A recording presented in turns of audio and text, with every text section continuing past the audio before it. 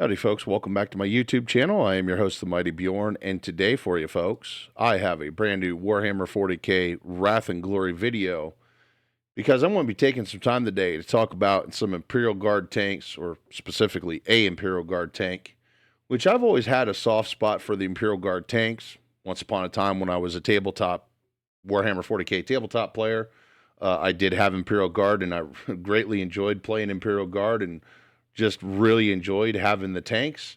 And, well, that's kind of got to do with the fact I was an Abrams tanker. I just find something about them being impractical with the Imperial Guard vehicles, which is, I think, why I like them. They're definitely impractical. They're not very well designed, but somehow they always do the trick. And when it comes to Imperial Guard vehicles, I would say probably nothing is more impractical than the Baneblade family of vehicles. But really quick, folks, before I dive on into more information about the Baneblade, I just want to take some time and thank you, the viewers out there, for support. Your likes, the comments, the subscriptions, stuff of that nature all helps me out as a growing YouTube channel. Also, I want to do a special shout out to my Patreon supporters because they give the channel a bit of a budget and help even a little bit more, the channel even more, by providing that additional support. With that being said, for anyone interested in supporting the channel further, that's one way to do it, and there's a link down below in the video description to my Patreon page. Great way to catch little updates and snippets about what is coming to my channel soonish. Anyway, folks, let's get into the meat and the potatoes of today's video, and that is going to be the Baneblade tank. Now, the Baneblade draws its lineage actually all the way back to the Great Crusade, back before the Horus Heresy, when the Emperor actually walked among man. And there's actually a lot of comparisons of the Baneblade to the Space Marine Fellblade, which the Fellblade is a little bit more advanced than the Baneblade, but there is some similarities between the two tanks. While the Baneblade is a little less technically advanced than the Fellblade, it's still just as deadly and is just as much of probably a Titan killer as the Fellblade was.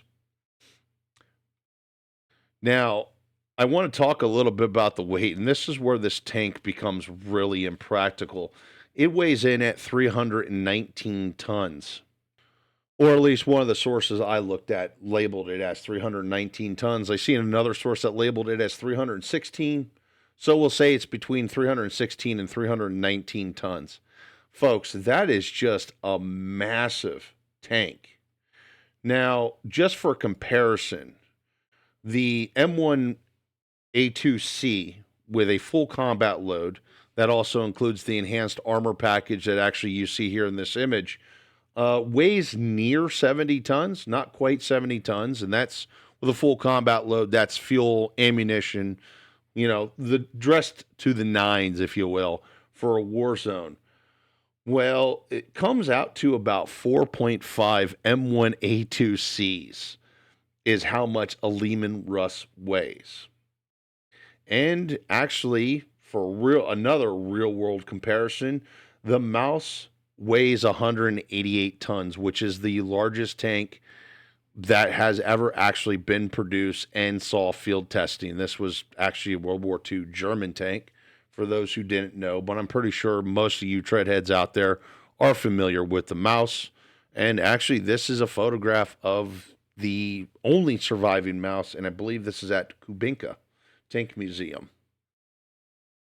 But either ways, just an absolutely impractical vehicle. This actually, it weighed so much that it couldn't cross any bridge. And there was no bridges that was even designed that could cross.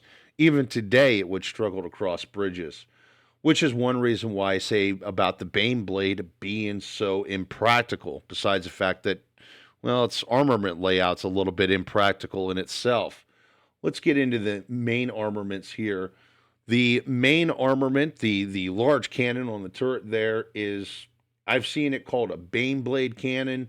I'm more familiar with it being called a mega battle cannon. So it's a pretty massive cannon. As you can see, it's got a longer barrel. It actually increases the range and the power that it puts out there, even though it uses the same ammunition as the Lehman Russ battle tank. And then the massive cannon on the right side of the hull there, actually, technically that'd be the left side, but right side of the picture is a demolisher cannon, which is just a siege cannon, another massive cannon, if you will. Then alongside the main gun is a coaxial auto cannon, and then alongside the demolisher cannon on the actual right side of the hull, left side of the photo, is a twin-linked heavy bolter. So already got quite a bit of firepower into a pretty big vehicle, honestly. I mean, you already got as much firepower as 2 Lehman Russ battle tanks right there, and that's not even all the firepower that's listed. Because then we got the side sponsons, and the side sponsons is a smaller laser cannon turret, as well as twin-linked heavy bolters in each of them. Now, I do want to throw out there, though, that not every single Baneblade actually has the laser cannon turret and the twin-linked heavy bolters, as that could be replaced for additional side armor on the vehicle. Not like it's already not well armored enough. Now, when it comes to upgrades, it has many of the upgrades that other Imperial Guard vehicles has, such as Dozer Blade that you see here, which I feel is a great option for it, as well as searchlights, smoke grenade launchers. You can attach a hunter-killer missile to this. Honestly, I don't know why you'd want to. It's pretty much got enough anti-tank firepower as it is, but hey, hunter-killer missile for a little bit more anti-tank firepower. Now, really quickly, we got an internal view here of the vehicle just to show you realistically how impractical this vehicle is. You just got stuff all over the place. I imagine the conditions are actually very cramped, especially because of all the ammunition you have to stow in this vehicle, especially when it comes to heavy bolter ammo. There's got to be a ton of that in there, if not more, to be honest. And then, of course, you have a wide array of various ammunitions that you have in this vehicle. As you can see in the picture, there's a heavy stubber. So having a heavy stubber there adds even more ammunition, because essentially you need 50 caliber ammunition. You need 25 millimeter for the autocannon. You need 120 millimeter for the mega battle cannon. I think it's 150 or 155 millimeter for the demolisher cannon. Don't quite remember. And then, of course, all the heavy bolter ammunition. So you need quite a lot of ammunition for this thing, and a wide variety of ammunition. Besides the fact that even when it comes to the demolisher cannon and the mega battle cannon, there is actually different types of ammunition for those, such as sabot ammunition, high explosive, heat, and so on. Now, the Baneblade itself has a 10-man crew. That's a commander, a driver, 3 gunners, 3 loaders, a comms officer, and an engineer.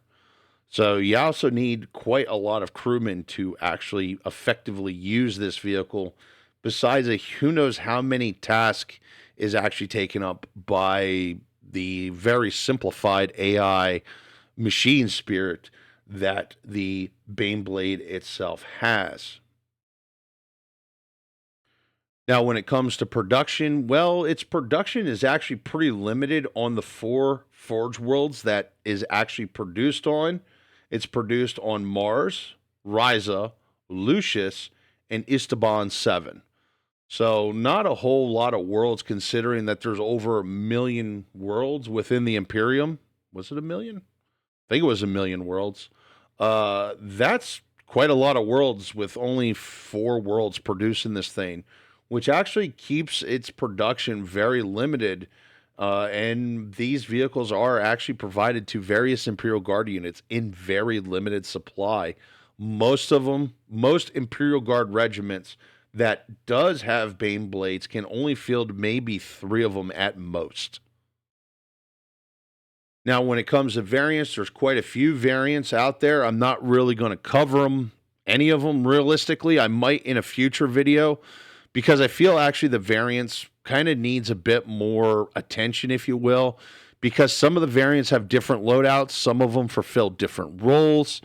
All of them have different armament layouts, things of that nature. So I really don't want to bog this video down by discussing all the different variants of the Baneblade, but this is actually all the different variants of the Baneblade you have here, just to give you a little preview of said different variants.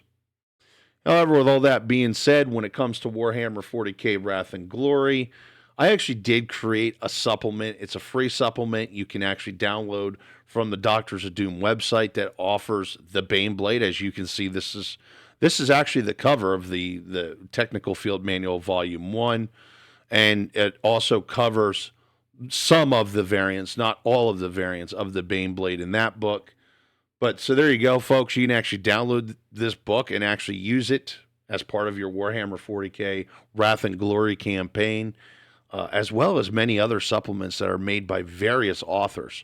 A lot of really good supplements on that website, and they're all absolutely free. But anyway, folks, I'm done discussing the Baneblade for today and plugging the Doctors of Doom website once again. The Doctors of Doom website, it's just a great way to supplement your Warhammer 40k Wrath and Glory campaigns for nothing. And it's all fan-made material that just wants to see the game flourish and grow. But anyway, folks, I'm going to wrap it up at that. Hopefully you all enjoyed this video and enjoyed me listening to me discuss the Baneblade tank. I think it's a cool vehicle. I had one back when I played tabletop, didn't use it too much, but it was pretty awesome when I did get to use it.